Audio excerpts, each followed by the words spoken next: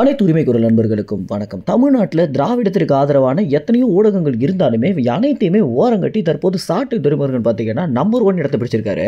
தமிழ் தேசியவாதிகள் மத்தியில் இது ஒரு பெரிய சாதனையாகவே பார்க்கப்படுது அப்படின்னு சொல்லலாம். ஏன்னா பொருளாதாரத்திலையும் சரி ஆளுமையிலையும் சரி அதிக பலம் வாய்ந்த கட்சியாக இருக்கக்கூடிய திமுகவால் கூட பண்ண முடியாத ஒரு விஷயத்த தமிழ் தேசிய ஊடகமான சாட்டை பண்ணியிருக்கிறதுனால எல்லோருமே பார்த்தீங்கன்னா ஒரு பெரிய வைத்தறிச்சலுக்குள்ள இருக்காங்க.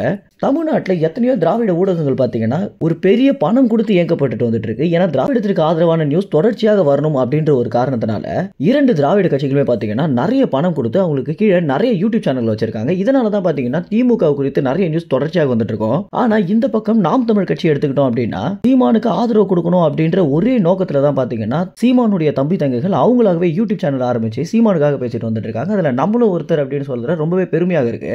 நீங்க தமிழ் தேசியத்திற்கு ஆதரவு தரீங்க அப்படின்னு பலரும் கேள்வி எழுப்பிய போது இதற்கு ஒரே காரணம் என்ன அப்படின்னா இத்தனை ஆண்டு காலங்களாக மாறி மாறி திமுக கட்சி நம்மளை ஏமாத்திட்டு வந்துட்டு இருக்காங்க அப்படின்றது தான் நிதர்சனமான உண்மையாகவே இருக்கு. ஒரு தனி மனிதனாக ஒரு அரசியல் குறித்து என்னென்ன கேள்விகள் இருக்குமோ நம்மளுடைய அனைத்து கேள்விகளுமே ஒரு தனி நபராக கட்சி ஆரம்பிச்சு இவ்வளவு பெரிய கட்சியாக மாத்தி நம்மளுடைய கேள்வி அவர் கேள்வியாக கேட்டுட்டு வந்துட்டு இருக்க ஒரே காரணம் தான் நம்ம எல்லோருமே சீமானுக்கு ஆதரவு கொடுத்துட்டு இருக்கோம். நம்ம எல்லோருக்குமே இந்த ஓட்டுக்கு பணம் கொடுக்கறதுல இருந்து நமக்கு ஏதாவது ஒரு பாதிப்பு அப்படின்னா நிதி கொடுக்குற வரைக்கும் இன்னமும் பாத்தீங்கன்னா நம்மள ஒரு அடிமை மாதிரி தான் நடத்திட்டு வந்துட்டு இருக்காங்க. நம்மளுடைய வாழ்க்கை நிலை இன்னமும் மாறல அப்படின்னா இதற்கு முதல் முக்கிய காரணமே அரசாங்கம் அப்படின்னு சொல்லலாம். ஏன்னா நம்மளுடைய வாழ்வாதாரத்தை மாத்துறதுக்கான முயற்சியை இந்த 2 திமுக கட்சிகளுமே எடுக்காம தான் இருந்துட்டு இருக்காங்க. ஆனா அதற்கு மாற்றா நம்ம கிட்ட இருந்து நிறைய பணம் கொடுக்கணும் அப்படின்ற காரணத்தினால வரி அப்படின்ற பேர்ல பெட்ரோல் டீசல் நம்மளுடைய அத்தியாவசிய பொருட்கள் எல்லாத்துக்குமே வரி அதிகமாக வாங்குறதும் எல்லாத்துக்குமே விலை உயர்வு பண்றதும் அப்படின்னு நம்மள முன்னேறவும் விடாம தடுக்கிறதுல ரொம்பவே குறியாக இருந்துட்டு இருக்காங்க இது 2 திராவிட கட்சிகளும். இந்த ஒரு விஷயத்தை தான் பாத்தீங்கன்னா தற்போது சீமான் மாத்தணும் அப்படின்னு முயற்சி எடுத்துட்டு இருக்காரு. ஏற்கனவே இந்த ஒரு விஷயத்தை தான்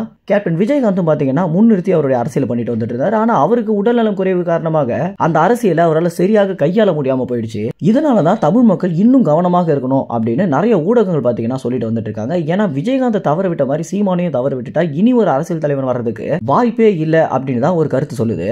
இந்த மாதிரி தமிழ் தேசியத்திற்கு இந்த அளவுக்கு நம்ம ஆதரவு சேர்த்துட்டு இருக்கும் போது இதை ரொம்பவே சரியான முறையில கொண்டு போயிட்டு இருக்க சாட்டை துரைமுருகனுக்கு வாழ்த்து பாத்தீங்கன்னா குவிந்த வண்ணம் இருந்துட்டு இருக்கு.